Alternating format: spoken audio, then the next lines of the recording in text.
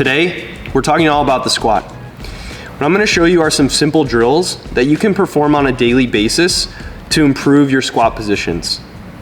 The reason I like these drills so much is because they are simple and they are specific. Whenever I assign a mobility drill to a patient, I always ask myself, is this something they're going to perform frequently? Because what I've learned is that the best stretch or the best mobility drill is the one that you perform frequently. So hopefully these drills are simple. Hopefully you can get in a good routine of performing one of these variations on a daily basis.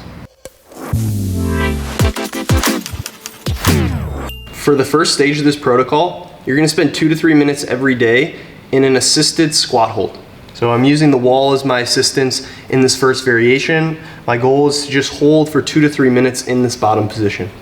I can move my feet in or out based on what's comfortable, based on where I feel a little bit more or less of a stretch. And if you can't do 2 to 3 minutes straight, that's okay, just break it up as needed. So another option for stage 1 is the band assisted squat. Similar to the wall, the band pulls my hips towards my ankles to allow me to sit in a little bit better squat position. I'm gonna hold 2 to 3 minutes in this position every single day.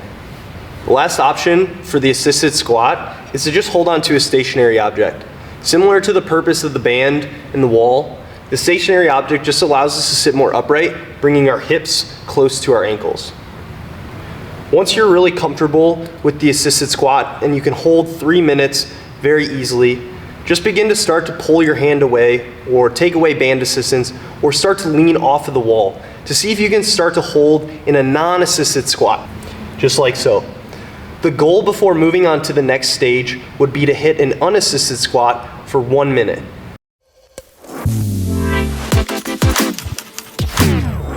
Stage 1 was all about loosening up the tissues and joints of the lower body.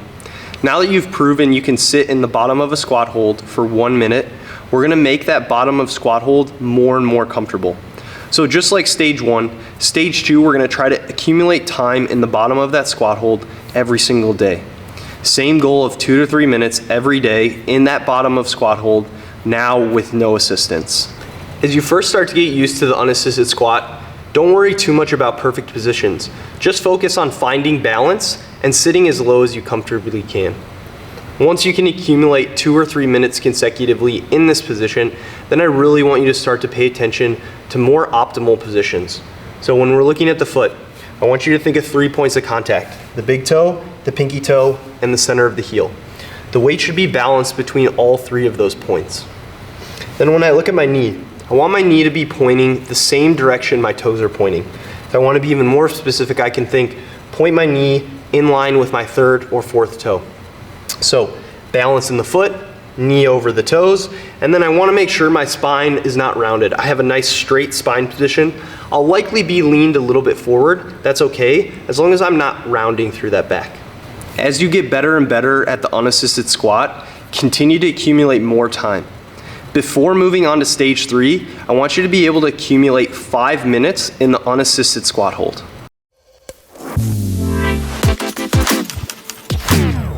For stage 3, we're just gonna continue to build more time in that bottom of squat hold, but this time we're gonna use some extra load to push us into a little bit more challenging position and to force those tissues to adapt to even a little bit more stress. In my loaded squat hold, I'm gonna focus on perfect position. Just like we talked about in stage 2, balance between the foot, knee in line with the toes, and a nice straight spine position. Instead of accumulating 2 to 3 minutes like stage 1 and stage 2, I'm only gonna spend about 30 seconds in this position. Because of the increased demand of the loaded squat, I'm only gonna do 1 to 2 times a week for the stage 3 protocol. You're gonna spend 30 seconds, perform 3 sets, and add only as much load as you feel confident with. Another option for stage 3 is the 10 and 10 squat. The 10 and 10 squat is a 10-second lower and then a 10-second hold in the bottom, loaded with as much weight as you're comfortable with. Just like the loaded squat 3 sets of 30 seconds, because of the increased demand, we're only gonna perform this 1 to 2 times a week. If you are performing the 3 sets of 30 seconds, I would recommend doing that 1 day per week and then doing the 10 and 10 squats on another day of the week. Let's review the squat protocol. Stage 1 is all about accumulating 2 to 3 minutes in the assisted squat hold every single day. Once you've spent a lot of time in the assisted squat and you feel like you can start to take the assistance away, see if you can do an unassisted squat. Once you can accumulate about a minute in the unassisted squat, you're ready for stage 2. Stage 2 is all about the unassisted squat and making those squat positions more and more comfortable. Once you can demonstrate 5 minutes in the bottom of squat hold with no assistance, you're ready for stage 3, the loaded squat. There's 2 different options for the loaded squat, the 3 sets of 30-second hold or the 10 and 10 squat. Both options allow you to load as much as you are comfortable with, but make sure that you progress slowly. This entire protocol was built off of one exercise, the squat hold. It's a very simple protocol. Just spend more and more time in the bottom of the squat position to improve your squat positions. With all exercises, with all stretches, with all mobility work, just find items that you're gonna be able to perform consistently. Because the best stretch or the best mobility drill is the one that you're gonna do frequently.